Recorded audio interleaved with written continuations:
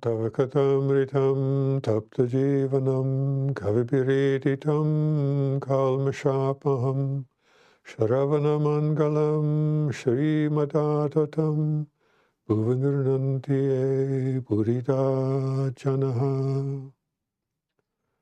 The nectar of your words, the praise of poet-seers, the elixir to parched souls, delight to listening ears, cleanser of all sins is great and glorious.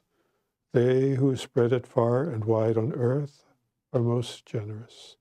Om, peace, peace, peace.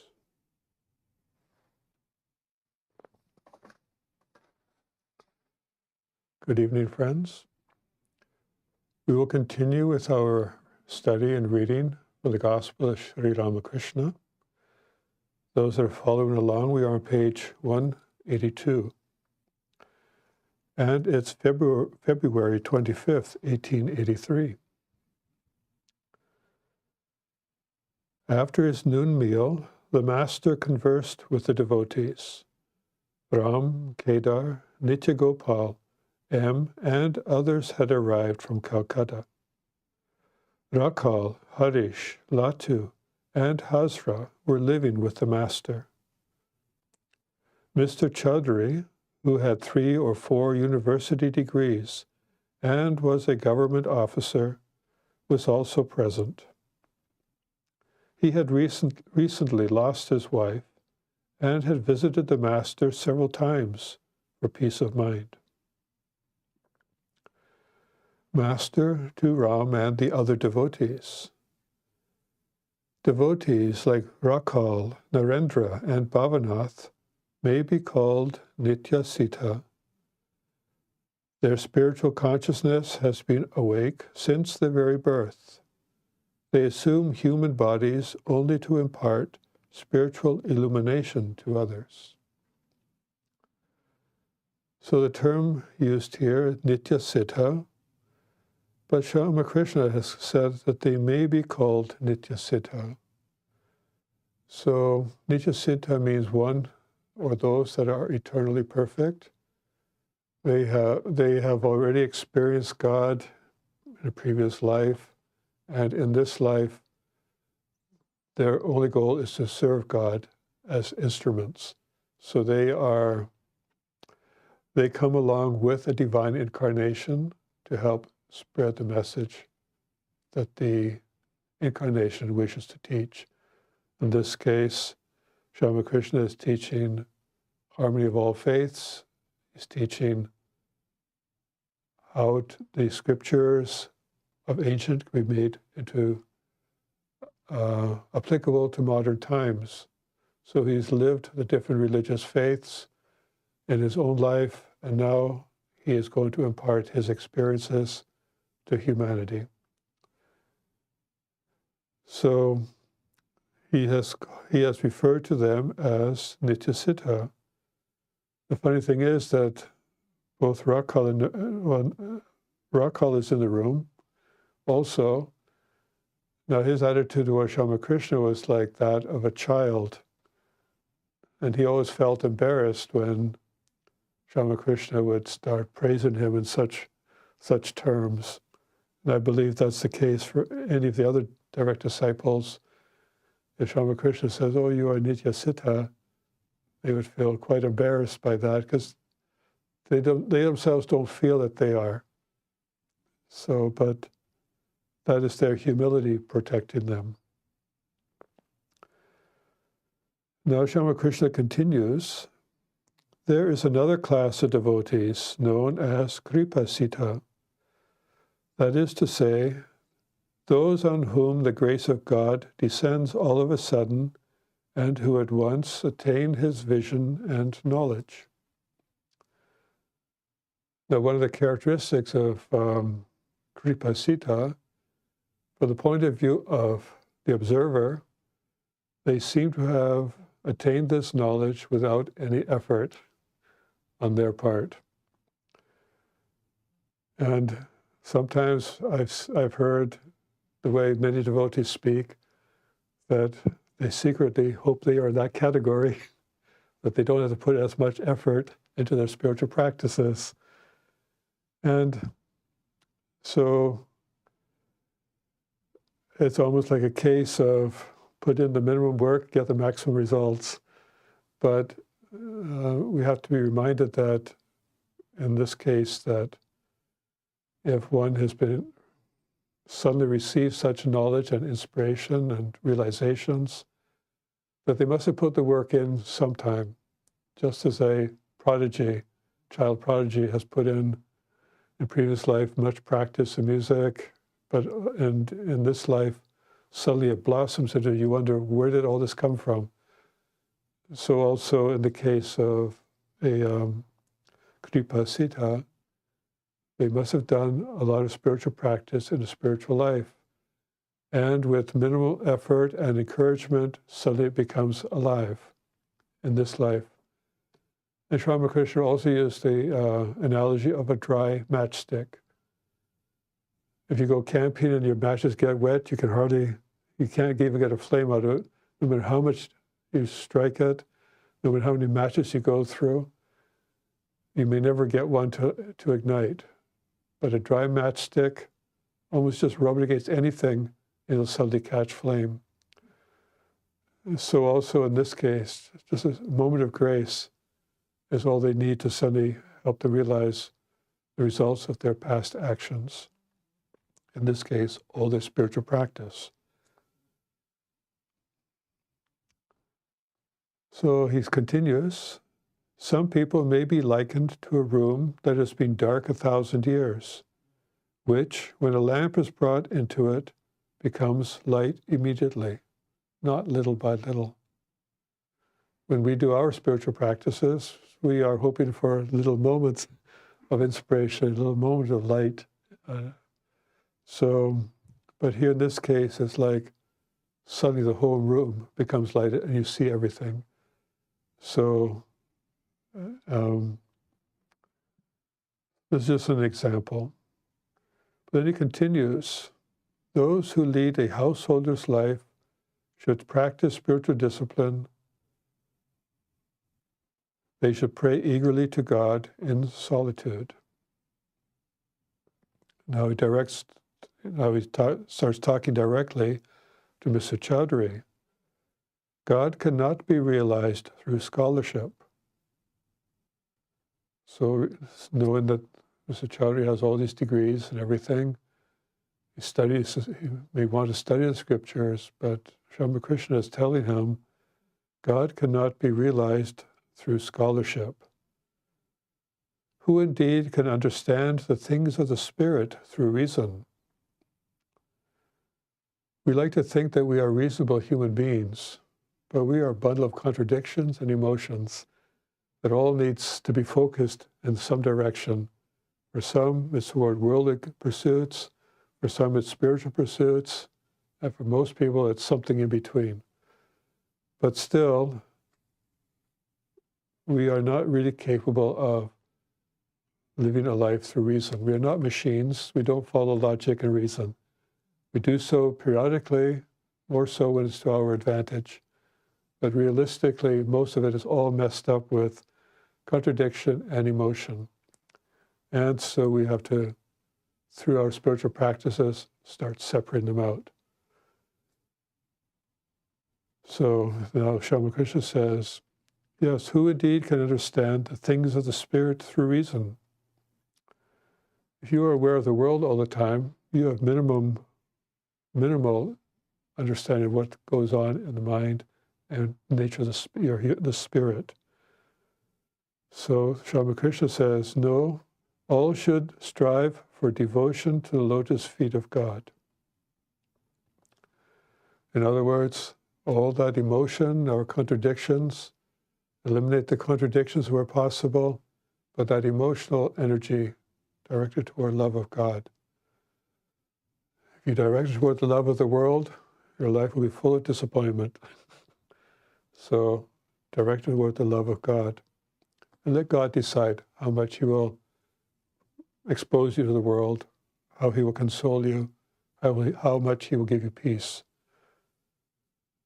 So he's trying to explain to Mr. Chaudhary, who has already come there many times, and apparently has not yet found peace and solace. So Swami Krishna is trying to reassure him that you will find peace and solace through devotion to God, not through all your worldly achievements. Then he continues, infinite are the glories of God. How little can you fathom them? Can you ever find out the meaning of God's ways? So we try to find solace, try to understand God. Why has God done this to me? Why has he done this and that? Why am I suffering? But this universe is so intricate, there's just no way you can say what relates to what. Even though we say, oh, the world runs on karma, the laws of karma, actions and reaction, but still those are so intricate, our lives are so intertwined, there's no way that we as human beings can dissect how one thing affects us, why we react one way, why we experience this, why we experience that. We barely remember what we had for dinner last night, what to say, previous days and the rest of our lives. And then what about previous lives? We have no idea what actions we have performed in the past that have brought us to this moment. You may be able to say logically, yes, I've behaved so-and-so in the past. And yes, logically, that makes sense. That's why this is happening to me today. But that's only one small aspect of a whole part of our humanity, what brought us here in the first place, and what has put us in our present situation, whether by the grace of God or by whether it's our karma. How are we able to understand what that is? And then the workings of the universe are so intricate. We don't know why something exists, why something ceases to exist. And it's not just our lives here, it's the whole universe. We're so intertwined that we cannot even explain how a human being can function. All kinds of science and experiments can give us opportunities to give us a look, but we don't know. We try to micromanage the human body. When we try to clone something, a human being, well, we say, but then they say, well, half of our DNA is junk DNA, and so we just concentrate on what we can measure that we know can attribute to the features of a human being. But the junk DNA might be something important. There's a lot of space junk out there also that keeps the universe going. I don't mean the satellites, I mean the asteroids and all that stuff. All kinds of dust, everything's needed to keep the universe going. Even what we call junk is someone else's treasure. So what can we say? How everything is interrelated. So, infinite are the glories of God. How little can we fathom them? You can never understand or find out the meaning of God's ways. Then he gives an example from the Mahabharata. Bhishma was one of the 8 Vasus, but even he shed tears on his bed of arrows. He was a great warrior. He fought on the opposite side of in the Kurukshetra war. Krishna and Arjuna were on one side with their warriors, but the other part of Arjuna's family, with Duryodhana as their leader, and Bhishma was on that side. But he had great love and respect for Arjuna and the Pandavas. But towards the end of the war, it said that even he shed tears on his bed of arrows. For those that may not be aware, Bhishma had the gift of being able to decide when he would die. So during the battle, so many arrows had been shot at him, the way the story goes, that they would penetrate him, but he would not die, but he would keep on fighting. And towards the end of the war, basically he was just so punctured with arrows that basically when he lay down and decided to die, those arrows formed his bed. So arrows just all over the place. So here he is now. Arjuna and Krishna have walked up to him, and Krishna notices him crying. And Arjuna says, "How astonishing!" He is wondering why is he crying? And Krishna asks Arjuna, well, ask him why he's crying. And Bhishma says, "How astonishing! God himself is the companion of the Pandava brothers, who has been by his side through all these wars, watched all his family members die they were fighting on the Duryodhana's side, but still there's no end to their troubles and sorrows." He was not shedding tears for himself. He was shedding tears for the fact that the Pandava brothers and Arjuna had to witness the destruction of their family and their kingdom, and still they had God on their side, but still they had faith in God that whole time. But still there was no end to their suffering, because there's still more to come. And that's why Bhishma was crying, because he could not understand God's ways. Why are they still suffering? They deserve to have the kingdom, but yet it's been denied from them. So, and then he concludes, who can ever understand the ways of God? Swami Ramakrishna concludes with that statement after telling the story. Who can ever understand the ways of God? A man thinks, I have practiced a little prayer and austerity, and so I have gained a victory over others. Well, what do we mean by victory? Well, sometimes our spiritual practice gets to our head. We think, oh, I'm more spiritual than somebody else, or I'm holding myself at a higher status than someone else. I'm becoming proud of my spiritual practice, of the fact that I am spiritual. So what's happened to my humility? If you don't have the humility there, then you've suddenly failed in your spiritual practices. So don't think that you have victory over others just because you've achieved something in the spiritual realm or you've become a little more moral. No, there's always going to be something to bring us down. But then Swami Krishna says that victory and defeat lie with God. So we may put in all kinds of effort. We may think we have done great things, but whether we are victorious, whether we are defeated, God can change it on a moment's notice. He decides, not us. Then he mentions, I have seen a prostitute dying in the Ganges and retaining consciousness to the end. It's believed that if one can die near the Ganges in full consciousness, that one has lived a moral and ethical life. Not just that, they have lived a pious life. So one would not think that the life of a prostitute is such a pious lifestyle, but we don't know what was within her, whether it was due to circumstance, but yet her mind, she had devotion to God that whole time. We don't know. But Swami Krishna mentioned that he had witnessed this. So God decides when one realizes God.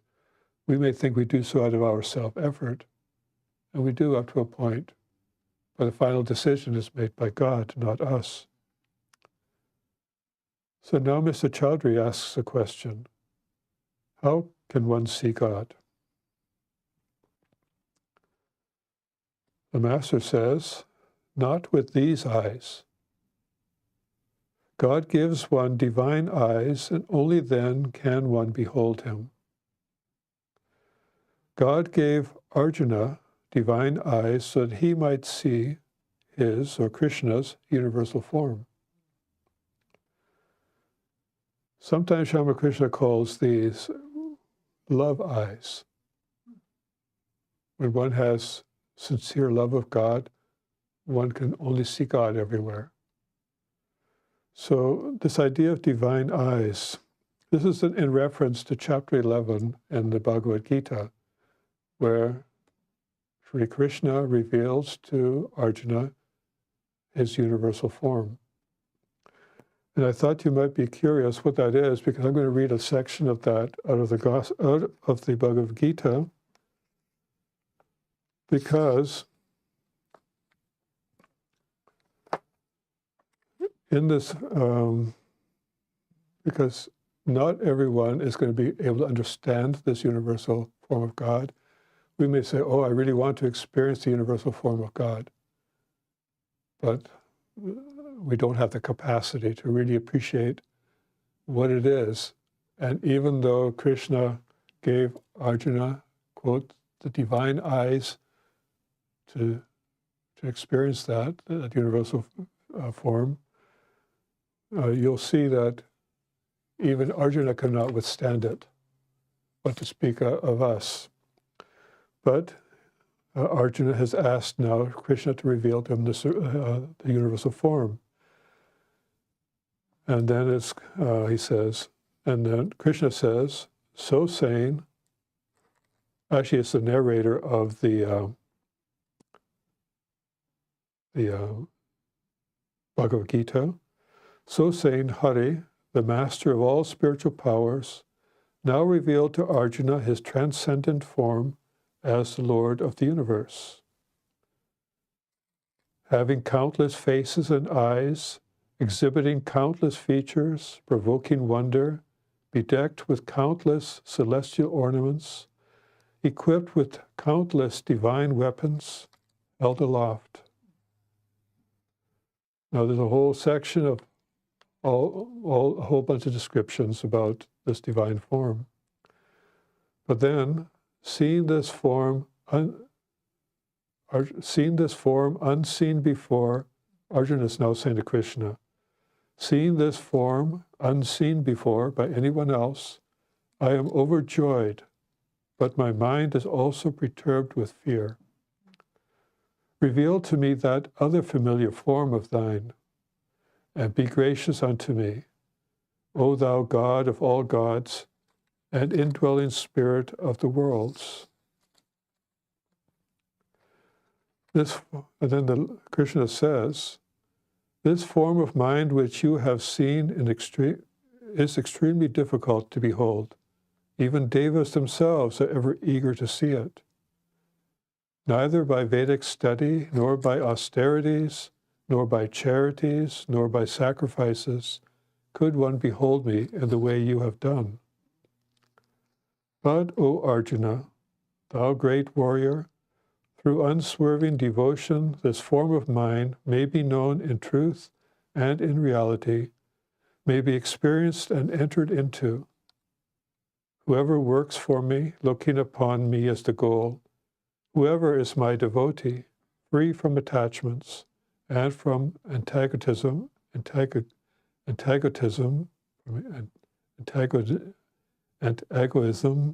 pardon me, to any being, such a man, O son of Pandu, shall enter unto me.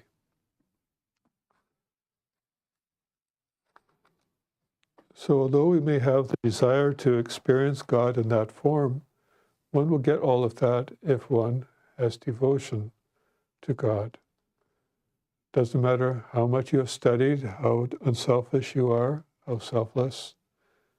Still, all of that it boils down to is intense love, intense devotion and love for God.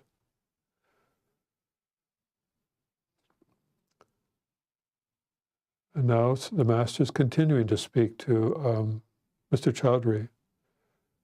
Your philosophy is mere speculation. It only reasons. God cannot be realized that way. God cannot remain unmoved if you have raga bhakti, that is, love of God with passionate attachment to Him.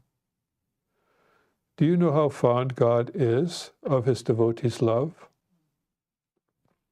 It is like the cow's fondness for fodder mixed with oil cake. The cow gobbles it down greedily. So oil cake, if you don't know, is just a residual leftover from when you squeeze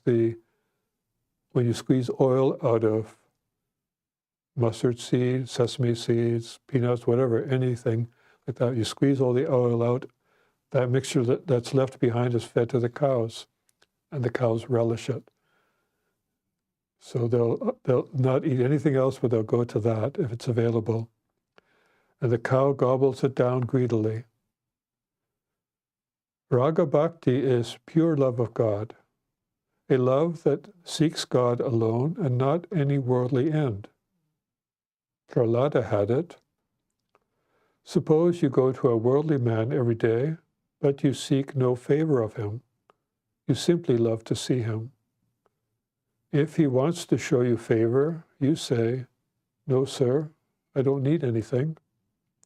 I just came to see you." Such is love of God for its own sake. You simply love God and don't want anything from him in return.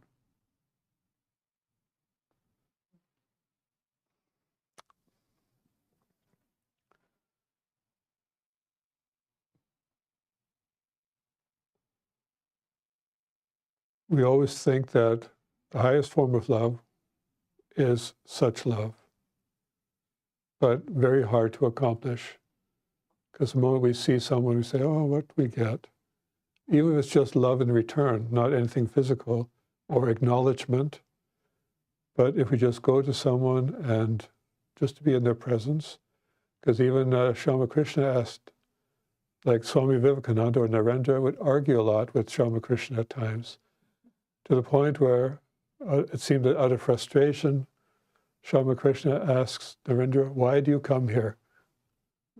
And Narendra says, "I just come here to see you." So that kind of love we have to develop. So saying this, the Master sang. Though and the I here refers to Krishna, it's a song that something he has said.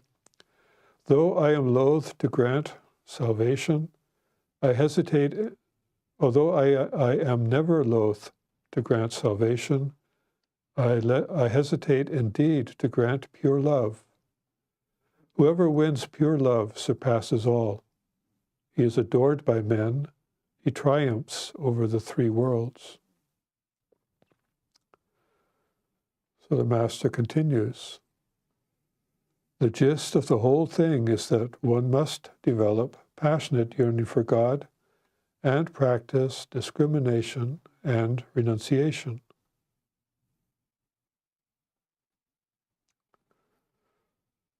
So I will conclude there, because the next question is going to be on a slightly different topic. So if there are any questions, you can think about that while I read some announcements. Tomorrow evening, Swami Brahmatmananda, who lives at our retreat, via Google Meet, will conduct a class on the Gospel of the Holy Mother. That will be at 7 p.m. This Friday at 7 p.m. here in this chapel, Swami Satyamayinanda will continue with his series on self-knowledge. And this will be at 7 p.m. This will be, at this time, the 13th part of that series. It'll probably go on for quite some time. And this Saturday, from 10 a.m. to 4 p.m., we have Karma Yoga at our Tapovan retreat. So you're all welcome to go out there and help volunteer. You don't have to sign up ahead, just show up. And this Sunday, Swami Satyamayinanda will give the talk on Ramakrishna's object of worship, the Holy Mother. And 10 minutes before that, for those that have children, can bring them to Mother's Children, our Sunday school. So I will conclude with a chant.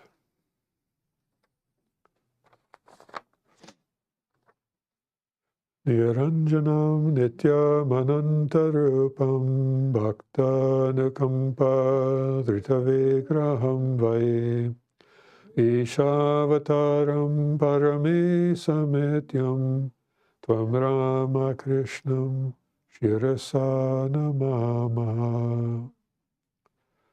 We salute that Ramakrishna who is without blemish, eternal and infinite in forms, who has assumed human form out of compassion for the devotees, who is God incarnate, the Supreme Lord, and who is most worshipful. Om, peace, peace, peace to all beings.